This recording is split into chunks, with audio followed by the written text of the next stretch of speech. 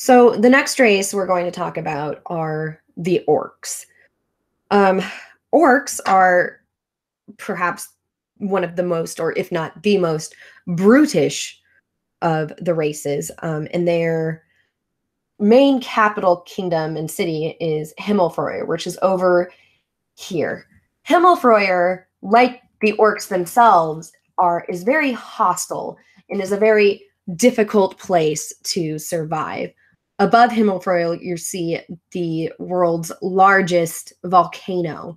And because Himmelfroyer and the surrounding area is subject to eruptions and lava flows, the orcs themselves are very nomadic. So, with the exception of Himmelfroyer, a lot of the orc tribes will migrate around what is the least hostile areas in that region at any particular time. Now, the orcs have a cratocracy, which is basically the rule of the strongest. So the leader of Himmelfroyer will be the strongest of the orcs, and the tribes will have their tribe leaders will be the strongest of the tribes.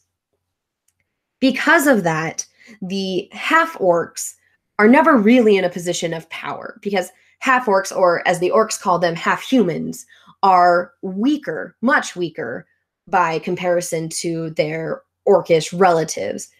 But half orcs, while weaker than, full orcs, are still very, very strong in comparison to the other playable races. Half orcs are grayish in pigmentation, they have sloping foreheads, and they stand between 6 to 7 feet tall and are normally between 180 to 250 pounds. So they're by no means weak compared to humans or elves or dwarves or any of those types. So because they are weaker, they end up normally leaving Himmelfroyer, even though some of them are still in Himmelfroyer. They go to the outside areas where it's more likely that they could have some sort of